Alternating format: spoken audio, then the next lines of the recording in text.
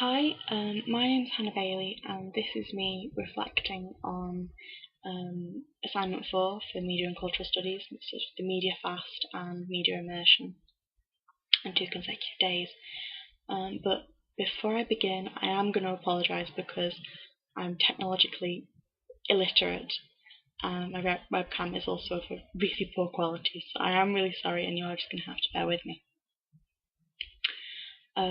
When I first found out about the project we were going to be doing, my first thought was about how difficult it was going to be to avoid media, because there are so many things that can constitute as media.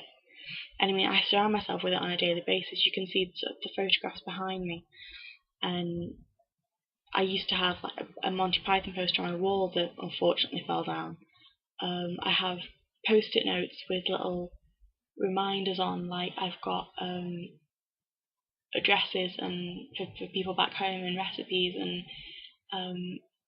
events and things. Like there's this one here which is telling me about when I went to go and see the importance of being earnest at the New Vic Theatre back home. And so it's around me on a daily basis, and I thought it was going to be very, very hard for me to sort of be able to distance myself from it. When I did actually start the project, the first thing that I noticed was the social isolation that I felt. I didn't have any access to my phone, or my laptop, or my iPod or anything, so I couldn't really communicate with anyone. Ordinarily I would be on Skype to my sister at some point during the day, and that didn't happen. I left my phone back in the flat, so when I was going to my lectures during the day, I didn't have any access to it, so I didn't know whether I was getting any text. I didn't know what was going on. I didn't actually have a method to telling the time, because I tend to use my phone for that as well. So yeah, it kind of put me on edge, because I knew that I only had 2 hours of lectures that day, and I wouldn't really see anyone in the morning in my flat, because they're all still getting up if they've got late lectures, and they're already gone if they've got morning lectures. I wouldn't really see anyone towards the late afternoon, because most of my flatmates are doing sciences and things like that, so they've got hugely full timetables in comparison to mine. And so I felt kind of on edge, because I hadn't really spoken with anyone that day at all, except for people sort of in seminars and lectures and things. So I was very on edge. And ordinarily when I'm on edge, I'd go to my iPod and I'd put some music on, but I couldn't access my iPod. So I was really kind of antsy and frustrated during the day, and sort of that frustration was only furthered when I thought I will occupy myself with some revision, but I couldn't access any books or anything, because that was media, and I wasn't supposed to be looking at those either. So I'm just writing out all that I can remember from off the top of my head, which isn't the best kind of revision you can be doing, and it was frustrating me, because there was so little that I could do, and it was shocking to realise how much I depended on sort of technology and on media to entertain myself.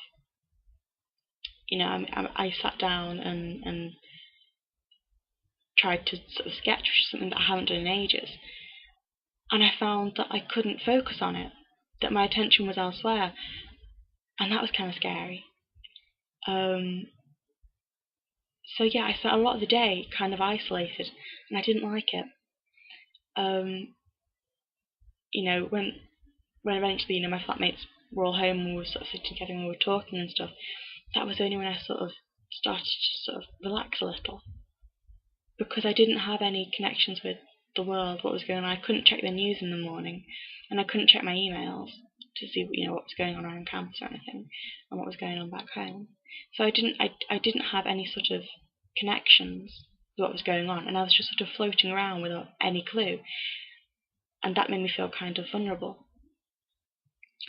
So needless to say, the first thing that I did when I started my media immersion the next day was reach for my phone and reply to the texts that I've been sent and check my emails and all the rest of it, because this is me sort of getting back in contact with everything that I'd sort of lost touch with the day before. I did find that time passed a lot faster on the day of my media immersion, and I did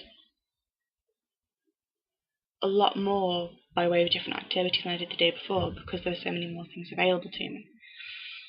I thought I can do some proper revision.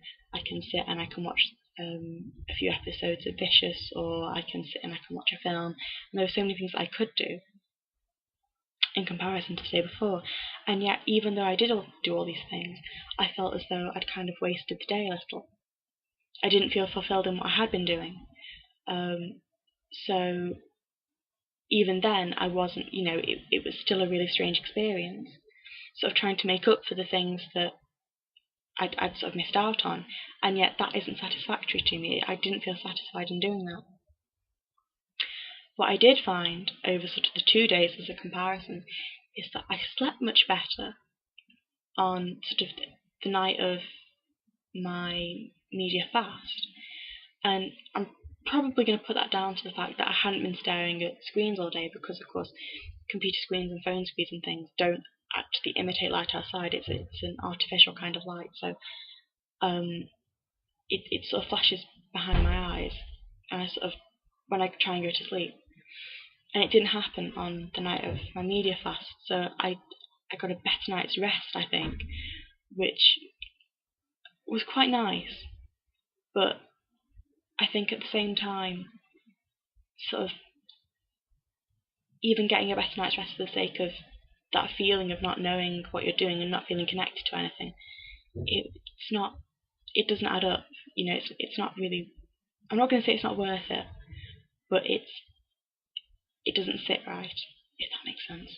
I don't really know. So yeah, that was kind of how the day went. I mean, there were a lot of external forces on both days. I mean, you've got all the posters up and down the spine. There were posters for the Furness paint party in people's bedroom windows around my block. Of course, there's all the photographs in my room and the post-it notes, and so I didn't realise how much media surrounded me on a day-to-day basis, and how much of it I didn't pay attention to. Like, I was walking down the spine, and normally I don't really look at the posters that are there, because they're all repeated, on a sort of consistent basis, and so you just sort of, you give up because they're all the same. And yet on the day of my media fast, it was like, oh, look at that, oh, look at that. There's a talk in the chaplaincy centre about why Christians should go to hell, which was really weird. There was the Purple Card offers for that week, which I don't ever really sort of acknowledge or recognise, but I did. Whether that's me trying to make up for the fact that I'm not in contact with media or not, I'm not too certain. But yeah, it was certainly an experience, and it was interesting, especially from an academic point of view. It was interesting to see how it kind of turned out, and looking back on sort of the journals that I wrote over the 2 days, and sort of seeing how I was reacting to it. So there you go. I hope you'll forgive my horrific rambling, but this is my reflection.